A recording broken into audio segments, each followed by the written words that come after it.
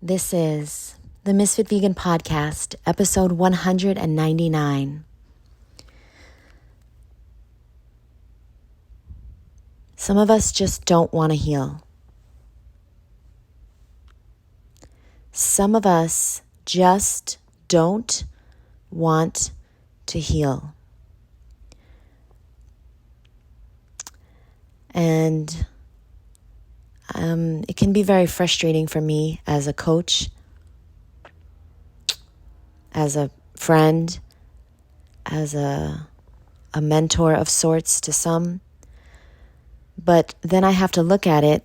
Why am I so frustrated? Well, it's because I also don't want to heal in many ways. So I can understand it now. Because I took a look at it just now and I was writing out my morning pages. So something I do a lot is I write out 3 pages in the morning. Just random, whatever comes to my mind. I got this from the book, The Artist's Way. And so she says, just write out 3 pages, no matter what. Okay? Because it takes about 2 pages of writing to get the crap out. And then you get to like what you're really feeling or what you really are thinking or what you really need to release. And so I was writing my morning pages and I was writing about how frustrated I was that some people just don't want to heal. Some people want to stay victims. Some people want to stay stuck. Some people want to stay overweight. Some people want to stay, whatever, in bad situations. And it's frustrating to me because I can't help them. I can't help anyone that doesn't want to be helped. I can't save anyone that doesn't want to be saved. I can't inspire anyone that doesn't want to be inspired. But then I finally realized it's so frustrating to me because, well, that's me. In a way, I don't want what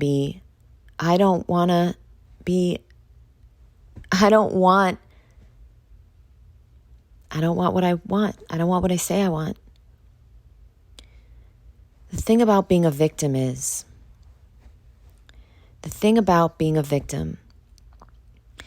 that it allows us to feel sorry for ourselves and to be off the hook. Okay? You know how fucking hard it is to take 100% full responsibility for you, your shit, your choices, your problems? It's really hard. So, if you're becoming aware of what you're doing, what you're not doing, the way you're thinking, the things you're saying to yourself, the things you aren't saying to yourself, if you're becoming aware, well, then you're starting to heal. And so I'm so grateful that I have become aware that in many ways, I don't want to change. I don't want to step into my greatness. I don't want to feel like I'm in charge of my life. I want to feel like a victim because that helps me.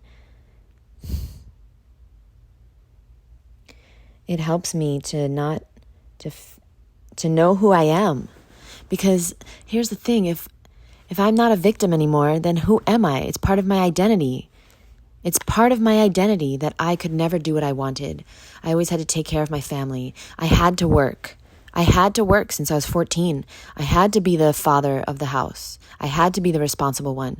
I had to be masculine and in charge and never have fun, never hang out with people, never trust anyone. Because if I trusted anyone, they could hurt me or they could take advantage of me, which they did when I did trust. And so I was proved right. Because, we're always trying to prove ourselves right. We're always trying to prove ourselves right. If we are no longer a victim, we don't know who the fuck we are. We don't have an identity. You say you want what you want, but you really don't. And I need you to see that. I need you to see how you don't want it. You want to stay. You want to stay suffering. You want to stay miserable. Because even though it's hard as fuck, it's all we know. It's all we've ever known. And that feels good because that's familiar, that's safe, that's comfortable.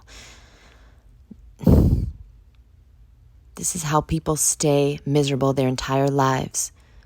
Because it's fucking comfortable. So what are we going to do? We're going to take one step in front of the other to the life we want. It starts with loving ourselves. It starts with looking in the mirror. It starts with being nice to ourselves. It starts with treating ourselves the way we would treat a loved one, a best friend, our daughter, our partner. How would you treat someone you love? Would you do things for them like have a nice, organized, clean environment? Would you take care of them by making them something really healthy and delicious for breakfast? Would you help them work out? Would you help them get into nature? Would you help them write their book? Well, do that for yourself, boo. But I know it's hard. So this is why therapy is really powerful. This is why talking it out on a podcast is helpful. This is why writing, all these things are self-development work. When they say you got to work on yourself, well, that's what I do every day. When I journal, I'm working on myself. When I'm doing my affirmations, I'm working on myself. When I'm getting into nature and meditating and being quiet and getting off my phone, I'm working on myself. You see, a lot of us are never going to work on ourselves because we're constantly consuming. Boo, you got to get off Instagram. You got to get off Instagram if you want to make your dreams come true, because you think your dreams are have to do with the amount of calories you're eating. No, boo, that's a distraction. That's a distraction. There is no fucking way that you're going to tell me otherwise, because I lost weight, because I got the body of my dreams. And how did I do it? Not by counting calories, not by intermittent fasting, not by OMAD or restricting or being perfect. In fact, I was not at all perfect when I lost weight. Here's what I did. I started eating as much fruit and vegetables as I wanted, throw in some nuts and seeds. Sure, why not? Have some raw vegan Snicker bars, treats, brownies, raw vegan, okay? I made it a non-negotiable.